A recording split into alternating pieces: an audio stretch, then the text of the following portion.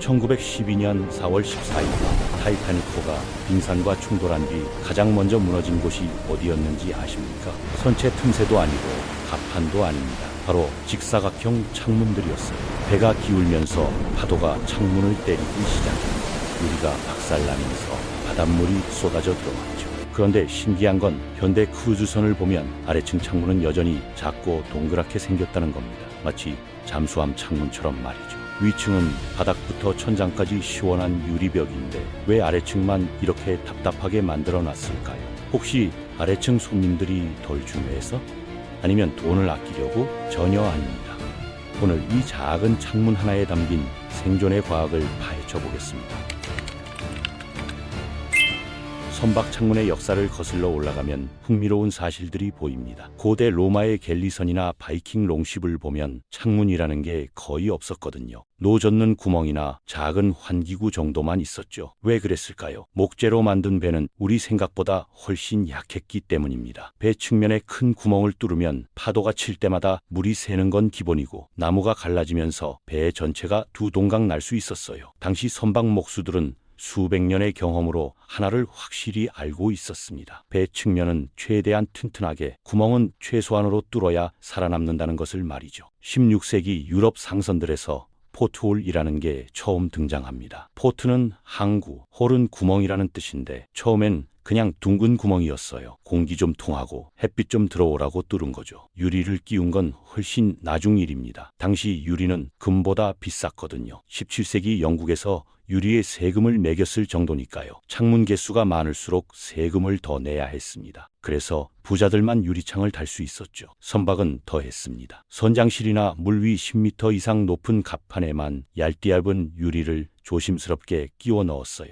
19세기 산업혁명이 모든 걸 바꿔놓습니다. 평평한 판유리를 대량 생산하는 기술이 나오고 강화유리도 만들 수 있게 되면서 창문 제작이 훨씬 쉬워졌거든요. 1850년대에 철갑선이 등장하고 배 전체를 강철로 만들기 시작하면서 측면에도 본격적으로 창을 내기 시작합니다. 하지만 여전히 작은 원형으로 만들었어요. 왜일까요? 선박 기술자들이 경험으로 터득한 게 있었습니다. 직사각형 창문은 내 모서리에서 금이 가기 시작한다는 거였죠. 실제로 제2차 세계대전 때 군함들을 보면 포트홀이 여전히 작고 둥글게 나 있습니다. 현대 크루즈선을 보면 정말 신기합니다. 로열 캐리비안의 아이콘 오브 더 시즈 같은 최신 선박은 위층에 거대한 유리벽을 달고 다니는데 아래층은 여전히 작은 포트홀만 달려 있거든요. 이게 단순히 디자인 취향이나 비용 문제가 아니라 물리학과 공학의 문제라는 걸 이제부터 설명하겠습니다. 선박 창문을 설계할 때 가장 중요한 세 가지 요소가 있습니다. 위치, 크기, 모양이죠. 이 세 가지가 배가 파도를 얼마나 견딜 수 있는지 결정합니다. 먼저 위치의 중요성부터 볼까요? 배 아래쪽과 위쪽은 받는 압력이 완전히 다릅니다. 물리학 공식을 보면 압력은 깊이에 정비례하거든요. 쉽게 말해서 수영장 바닥으로 잠수할수록 귀가 아픈 것과 같은 원리입니다. 깊이 들어갈수록 위에서 누르는 물의 무게가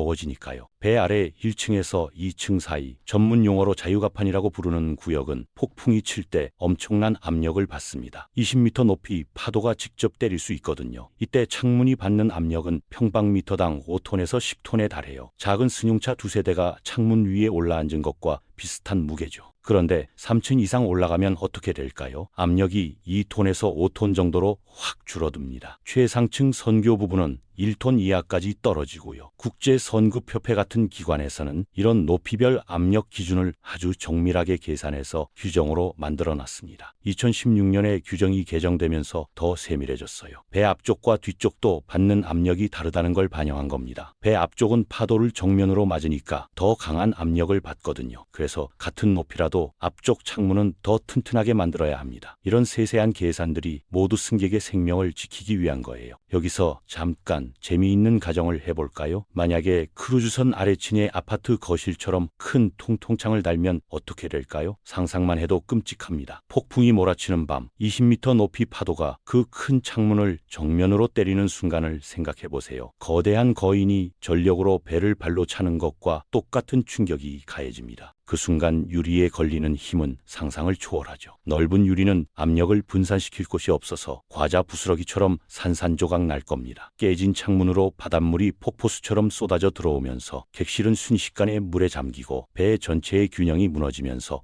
침몰로 이어지는 거죠. 창문 크기도 엄청나게 중요합니다. 유리는 면적이 커질수록 약해지는 성질이 있거든요. 국제표준 ISO 21005를 보면 창문 두께가 면적에 비례해서 증가해야 한다고 명확히 규정하고 있습니다. 구체적인 예를 들어볼까요? 직경 30cm에서 50cm 정도 되는 작은 포트홀은 유리 두께가 12mm에서 19mm면 충분합니다. 이 정도면 평방미터당 10톤 압력도 견딜 수 있어요. 그런데 2m 곱하기 1m짜리 큰 직사각형 창문은 완전히 다릅니다. 유리 두께가 20mm에서 30m는 되어야 하고 중간에 밀러 바라는 보강재까지 넣어야 하죠. 이걸 일상생활에 비유해 볼까요? 과자 봉지를 뜯을 때를 생각해 보세요. 왜 꼭 톱니 모양으로 홈이 파여 있는 곳으로 뜯어야 잘 뜯기나요? 바로 그 홈이 응력이 집중되는 지점이기 때문입니다. 사각형 창문의 네 모서리가 바로 이 과자 봉지 홈과 같은 역할을 하는 거예요. 약한 지점이 생기면 그곳부터 부서지기 시작하는 겁니다. 종이 빨대와 플라스틱 빨대를 손으로 눌러본 적 있나요? 얇은 종이 빨대는 금방 찌그러지지만 두꺼운 플라스틱 빨대는 훨씬 더 많은 힘을 버티죠. 배 창문도 똑같습니다. 면적이 넓으면 넓을수록 더 두껍게 만들어야 버틸 수 있어요. 수영장 깊은 곳에 들어가 봤던 경험을 떠올려 보세요. 1m 깊이에서는 괜찮다가 2m, 3m로 내려갈수록 귀가 점점 먹먹해지고 머리가 조여오는 느낌이 들잖아요. 그게 바로 수압입니다. 겨우 몇 미터 차이인데도 우리 몸이 확실히 느낄 수 있을 정도로 압력이 달라지는 거죠. 배 창문도 마찬가지예요. 물 위 5m와 물선 바로 근처는 받는 압력이 완전히 다릅니다. 발코니 객실에 있는 거대한 유리벽은 훨씬 더 복잡합니다. 여러 겹의 유리를 특수 접착제로 붙인 적층 강화 유리를 써야 하거든요. 미국 선급협회 ABS 같은 기관에서는 이 접착 강도를 테스트하는 방법까지 상세히 규정하고 있어요. 왜 이렇게까지 할까요? 유리는 강철과 근본적으로 다른 재료이기 때문입니다. 강철은 힘을 받으면 천천히 휘면서 버티지만 유리는 한계점까지는 버티다가 갑자기 산산조각 나버립니다. 취성 재료라고 부르는 성질이죠. 그래서 배 벽체보다 창문을 2배에서 10배 더 강하게 설계해야 합니다. 창문 모양의 비밀도 흥미롭습니다. 왜 아래층 포트홀은 하나같이 동그랗게 생겼을까요? 원형은 힘을 완벽하게 균등 분산시키기 때문입니다. 직사각형 창문의 네 모서리를 떠올려 보세요. 파도가 창문을 때릴 때 그 모서리 부분의 응력이 무려 3배나 집중됩니다. 종이를 찢을 때도 모서리부터 찢어지는 것과 똑같은 원리죠. 반면 원형은 360도 어느 지점이든 똑같은 힘을 받기 때문에 특별히 약한 부분이 없습니다. 순수한 기하학의 승리라고 할 수 있어요. 실제로 컴퓨터 시뮬레이션으로 응력 분포를 계산해보면 확연히 드러납니다. 직사각형 창문은 모서리에 빨간색으로 표시되는 고응력 지점이 생기는 반면 원형 창문은 전체가 고르게 파란색이나 초록색으로 나타나죠. 그래서 선급 규정을 보면 아래층 자유갑판 근처에는 원형 창문만 허용하거나 직사각형을 쓰려면 모서리를 반경 100mm 이상으로 완전히 둥글게 처리하라고 명시되어 있습니다. 위층은 압력이 약하니까 날카로운 모서리를 가진 직사각형도 괜찮고요. 국제표준 ISO 3903을 보면 선박 창문을 클래스 A부터 F까지 6등급으로 세밀하게 분류합니다. 클래스 A는 최고 압력을 견뎌야 하는 등급으로 오직 포트홀만 해당되죠. 여기에는 데드라이트라는 특수 장치가 반드시 달려야 합니다. 폭풍 커버라고 생각하면 쉬워요. 유리가 깨져도 이 두꺼운 금속 덮개가 물을 완전히 막아주는 겁니다. 군함에서는 야간에 내부 불빛이 바깥으로 새는 걸 막는 은폐 목적으로도 사용하죠. 국제선급협회 클래스 NK 규정을 보면 이 데드라이트를 의무적으로 장착하고 정기적으로 작동 테스트를 하라고 명시되어 있습니다. 창문 테스트 과정도 상상을 초월합니다. 실제 설계 압력의 1.5배에서 4배까지 물을 강하게 뿌려서 견디는지 확인하거든요. 안전계수라는 개념인데 예상치 못한 상황에도 버틸 수 있도록 여유를 두는 겁니다. 테스트 기준도 엄격해서 1분당 1리터 이상 물이 새면 불합격입니다.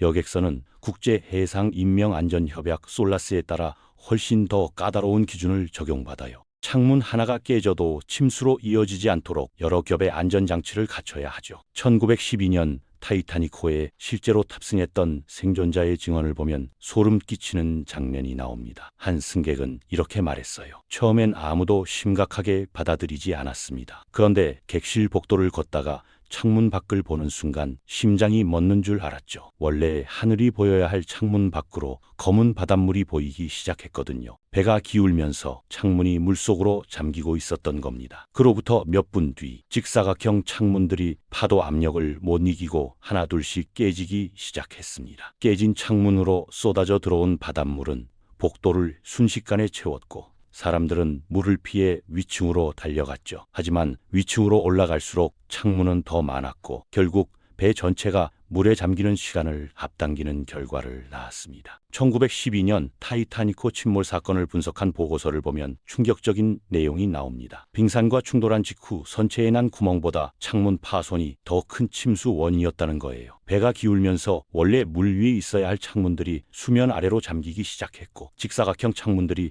파도 압력을 못 이기고 차례차례 깨져나갔습니다. 오늘날 기준으로는 절대 일어날 수 없는 일이죠. 현대 선박 설계 규정이 얼마나 철저하게 발전했는지 보여주는 사례입니다. 최신 크루즈선인 로열 캐리비안의 아이콘 오브 더 시즈를 분석해보면 이 모든 원리가 완벽하게 적용되어 있습니다. 물선 위 5층까지는 두께 19mm짜리 작은 포트홀이 규칙적으로 배치되어 있고 6층부터는 여러 겹으로 접합한 안전 유리에 에너지 효율을 높이는 특수 코팅까지 입힌 거대한 유리벽으로 바뀝니다. 객실 예약 페이지를 보면 옵스트럭티드 뷰라고 표시된 방들이 있죠. 그게 바로 중간에 보강바가 시야를 가로지르는 객실입니다. 바다 풍경이 좀 가려지긴 하지만 그만큼 안전하다는 의미예요. 실제로 가격도 시야가 완전히 트인 방보다 15%에서 2% 정도 저렴합니다. 흥미로운 건 크루즈 회사들이 이런 공학적 제약을 마케팅에도 활용한다는 겁니다. 아래층 포트홀 객실을 클래식 오션뷰라고 부르면서 전통적인 선박 분위기를 강조하죠. 실제로 일부 승객들은 이 작은 원형 창문이 주는 아늑한 느낌을 좋아하기도 합니다. 마치 옛날 대항해 시대 선원이 된 것 같은 낭만을 느낀다는 거예요. 창문을 통해 보이는 바다가 액자처럼 프레임에 담기면서 오히려 더 특별하게 느껴진다고 말하는 사람들도 있습니다. 미래에는 선박 창문 기술이 어떻게 발전할까요? 이미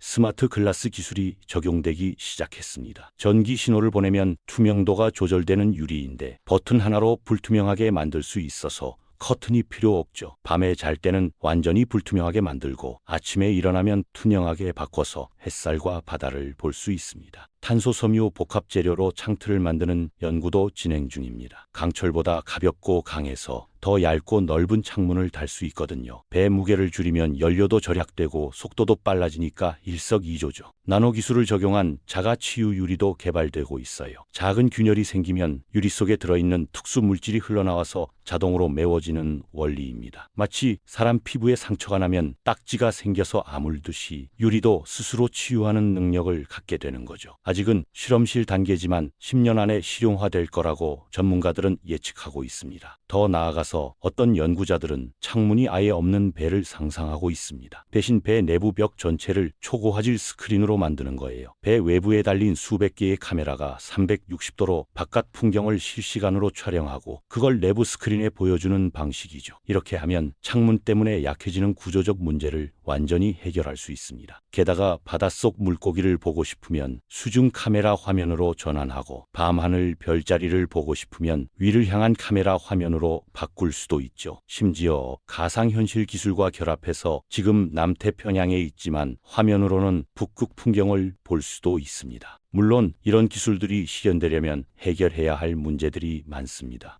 전원이 끊기면 어떻게 되나요? 스크린이 고장나면 승객들은 바깥을 전혀 볼 수 없게 되는 거 아닌가요? 그래서 아무리 미래 기술이 발전해도 기본적인 물리적 창문은 남아있을 겁니다. 안전을 위한 최소한의 장치로 말이죠. 하지만 아무리 기술이 발전해도 기본 원칙은 변하지 않습니다. 배 아래층 창문은 여전히 작고 둥글게 유지될 겁니다. 왜냐하면 물리 법칙 자체는 바뀌지 않으니까요. 파도 압력, 응력 집중, 재료의 특성 같은 기본 원리는 100년 전이나 지금이나 똑같습니다. 중력이 사라지지 않는 한 물은 위에서 아래로 압력을 가할 거고 깊은 곳일수록 압력은 세질 겁니다. 기술은 이 원리를 더 효율적으로 적용하는 방법을 찾을 뿐이죠. 결론적으로 크루즈선 아래층 창문이 작고 동그란 이유는 명확합니다. 첫째, 아래층은 파도가 직접 때리는 곳이라 엄청난 압력을 받습니다. 작은 창문만이 이 압력을 견딜 수 있어요. 둘째, 원형은 응력을 완벽하게 균등 분산시켜서 깨질 위험을 최소화합니다. 셋째, 국제해양안전규정이 수십 년간의 사고 경험을 바탕으로 이렇게 만들도록 강제하고 있습니다. 단순히 비용을 아끼거나 디자인 취향 때문이 아니라 수백 년간 축적된 해양공학 지식의 결정체인 셈이죠. 그 작은 창문 하나에 인류의 생존 본능과 과학 기술이 모두 담겨 있는 겁니다. 다음에 크루즈를 타게 되면 아래층 작은 포트홀을 한번 자세히 들여다보세요. 그 안에 담긴 이야기가 완전히 다르게 보일 겁니다.